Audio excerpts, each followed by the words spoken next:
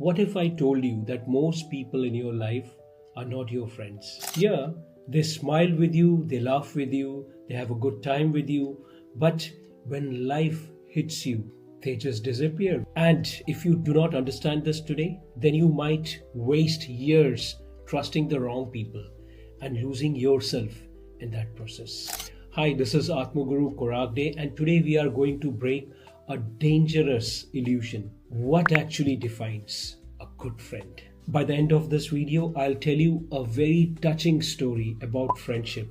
So keep watching. Everyone has friends when life is easy. Good marks, they clap. Money, they celebrate. Success, they post you on their story. But the real test, the day you fail, the day you feel lost, the day you have nothing to offer, that is the day when 90% of them disappear. Because most of the people don't want you, they want the version of you that benefits them. Harsh, isn't it? But a fact. A good friend is not the one who parties with you, but a good friend is the one who sits beside you when you are broken and says, "Hey, you are not done yet." A good friend doesn't just support your happiness, they protect your lowest moments.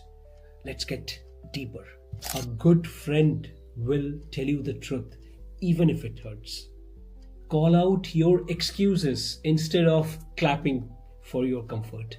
Stay silent with you without making it awkward. And most importantly, they grow with you.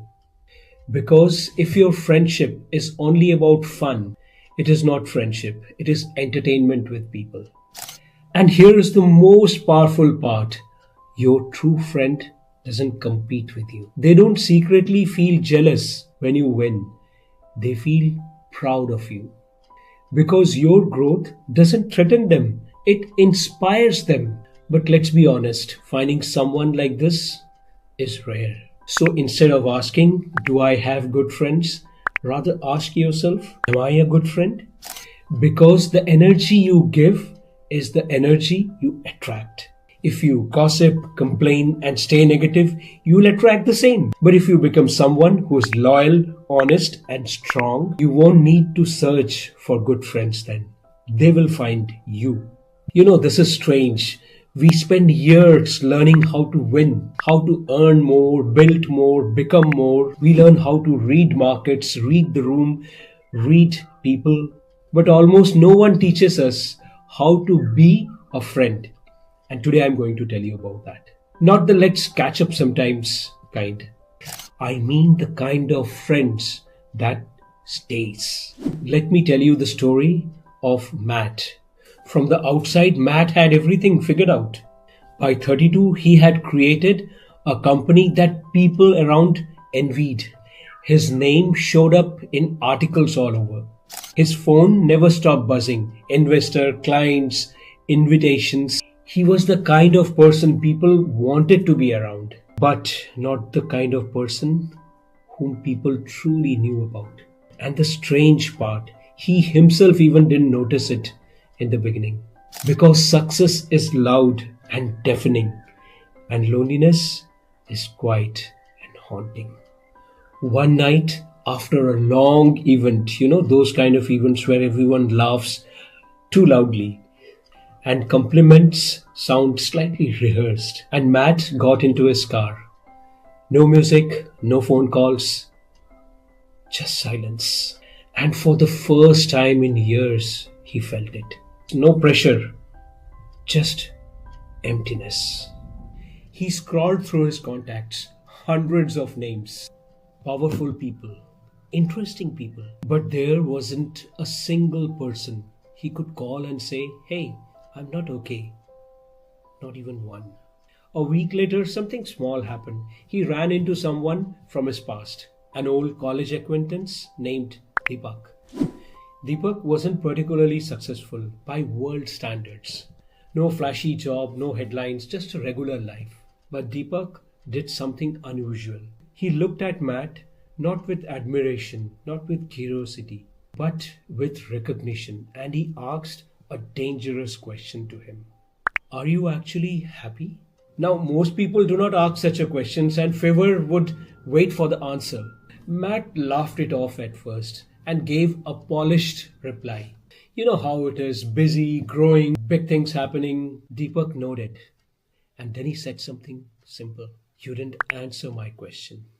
That moment broke something open. Because for the first time in a long time, Matt realized he didn't just lack friends, he lacked truth in his relationships. They started meeting once a week. No agenda, no networking, no transactions, just conversations. The real ones. The kind where silence isn't awkward, it is safe. And over time, something interesting happened. Matt began to notice something about Deepak. Deepak wasn't extraordinary because of what he had. He was extraordinary because of how he showed up. He remembered small things. He listened without trying to fix everything. He didn't compete. He didn't perform. He cared consistently. And one day, Matt asked him, how do you do it? How are you this present with people? Deepak shrugged and said something that remained with him forever. I stopped waiting for perfect friends and then decided to become one. And trust me, that line hits differently when you are alone. Because most of us are waiting to be understood, waiting to be supported, waiting to be chosen. Matt started small. He reached out to an old colleague, not to gain anything, just to check in. He listened more and interrupted less. But we rarely ask, am I that person for someone? He began remembering birthdays, not because of reminders, but because he cared enough to. He sat with a friend going through a tough time, and for once didn't try to solve it, just stayed. And slowly something shifted. Not overnight, not dramatically, but steadily. The loneliness didn't disappear because he found perfect friends now. It faded because he became that kind of friend that creates real connection. And here's the part most people misses. When you become that person, you don't attract more friendships. You become that. Look, if you are listening to this, then there's a good chance you've figured out how to win in life. Instead of asking, why don't I have them? Rather ask, who can I become for that person? Send them messages, make that call. Sit with someone without distraction. Not because it's efficient, but because it is human. At the end of your life, you won't remember the parties. You won't remember even those random laughs. You will remember who stayed, who didn't leave, who chose you when it wasn't easy. So choose your circle wisely. Because one real friend is more powerful than hundreds of fake ones. If this made you think, then follow Inner Life Coach Korak Day for more truths that most people are afraid to say and admit.